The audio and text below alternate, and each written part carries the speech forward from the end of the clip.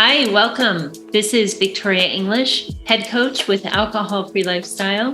So glad you're here today. Can you believe it? We are winding up 2022. It's a time for reflection. I think we all look back on the following year, the last year, or even the past few years, and we kind of assess where we are, how far we've come, where we want to go. I'm going to share some stories with you today that a recent trip I took that really allowed me some time for reflection on my drinking life versus my alcohol-free life today. I'm also going to share something that my 14-year-old daughter told me that in the past probably would have crippled me with shame, but it had a surprising outcome. I'm going to share that with you as well. So one of the great things about 2022 is that we can travel again. That sure has been nice. And this past week, just before Christmas, my daughter and I were in New York City. It is definitely, like a lot of you, it is one of our favorite places to visit. We love living in Colorado, but sometimes you need the city life.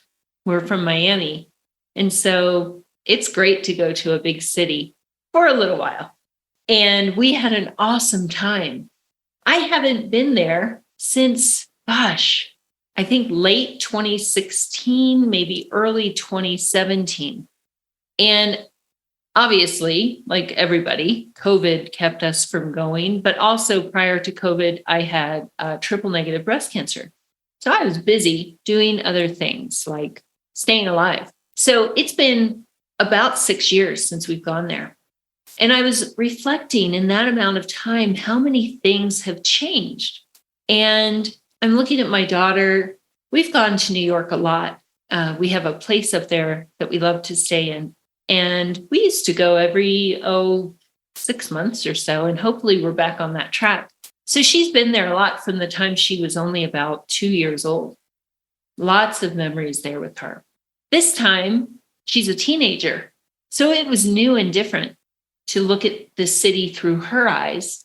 She has outgrown the American Girl store and FAO Schwartz, and she's interested in the city. We went to the September 11th Memorial. Aubrey has an interest in history and has a fairly good knowledge of that event. And so the memorial was very meaningful to her. We also went to 2 Broadway shows. If you have a chance to see Michael Jackson, the musical on Broadway, I really hope you'll go. Miles Frost is the star, and I think he's the most talented young man I've ever seen in real life. We went skating at Rockefeller Center. We went to see the Rockettes. So busy. So I'm going to talk a little about where I was when I last went in about 2016 versus where I was this year. In 2016, out of all the times I'd been in New York, I think I was there one time and I was sober. It was during one of my, giving it the old college try. I was doing AA and I was not drinking. I was not happy about it. But I did it and I was really proud of myself. And look, I appreciate AA because I had some tools. But I remember going through the city streets and feeling like the boogeyman was around every corner. Now, there are some boogeymen in New York. Alcohol was the boogeyman. It was spring. The bar windows were open to the streets, so you could hear the laughter and the clinking of the glasses. And I remember finding the nearest AA meeting and practically running there, scrambling to find the entrance, to find the steps to the basement for the meeting, huffing and puffing. Thank goodness I found it, or I wasn't going to make it. Alcohol was still very, very much on my mind. It was a scarcity mindset. And again, look, I made it through that trip without drinking. But to be honest, and I'm honest because I'm an open book now, but most trips, especially the ones where I didn't have my daughter with me, they were not memorable because I couldn't remember them. When I would take her with me, I would try to keep it together to an extent because I had a child with me.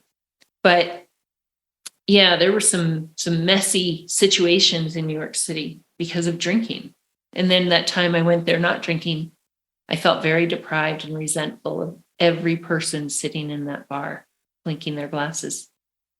This time, I say this with absolute truth. It didn't occur to me. The alcohol didn't register in my line of vision. I share this because it still astounds me. The power of neuroplasticity, the power of our brain to change, simply knocks me over. I would have never believed that would be possible. I was like Pavlov's dog when I would see a wine bar, just drooling. Oh my gosh, how can I get there? It didn't occur to me. I didn't want to drink. Not only did I not want to, I didn't think about it. I didn't entertain it like, gee, sure wish I could have a glass of wine with this pasta. It's not in my mind. That can be you. Believe me, if it can happen to me, it can happen for you.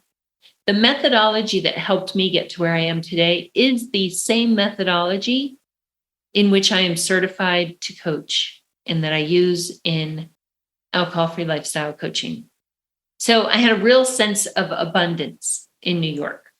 The other thing, the old me roaming around New York City, I'd wake up in the mornings with a hangover, some level of hangover, right? Like I said, if I was with my daughter, I'd try to temper it a bit.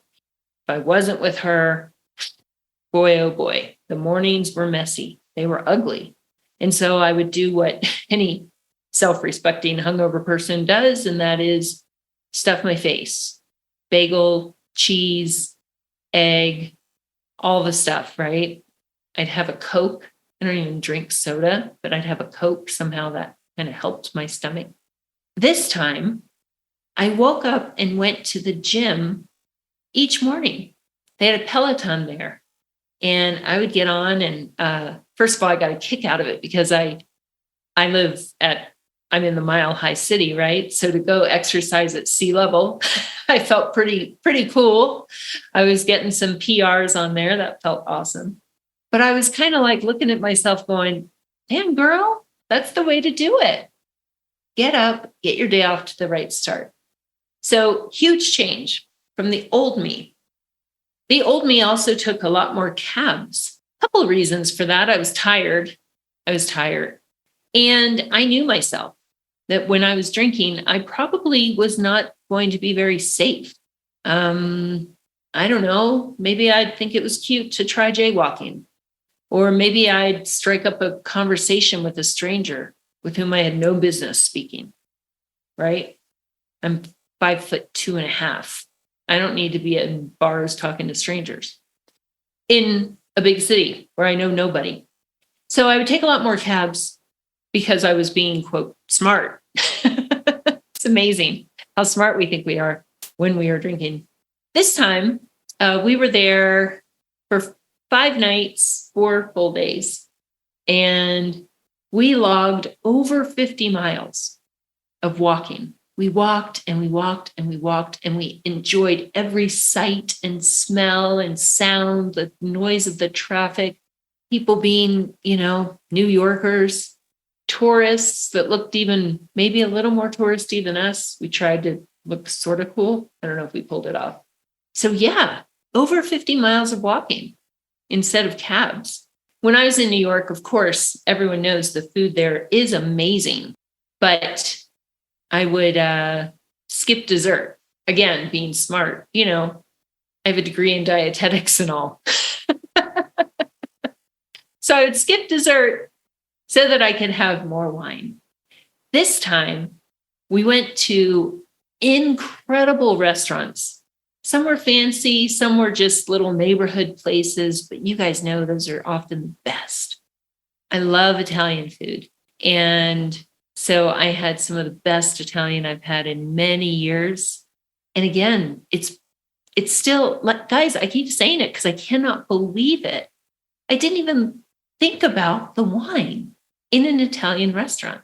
It's bananas. I'll get back to the restaurant in just a second. The other thing that kind of gave me big aha moment. One night we had gone back to our room, and my daughter was pretty tired.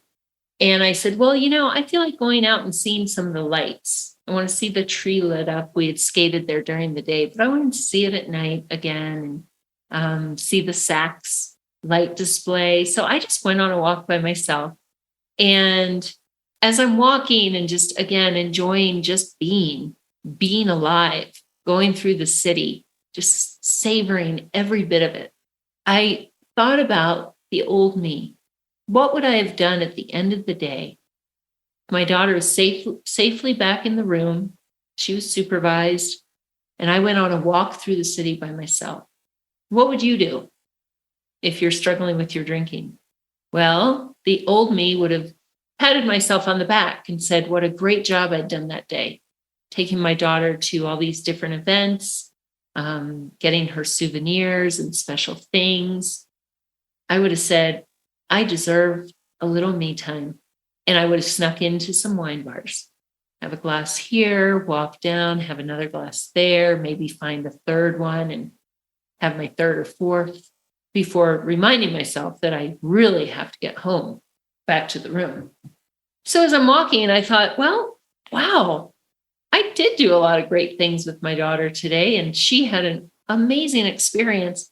And yeah, having a little me time sounds great. I think I'll do it.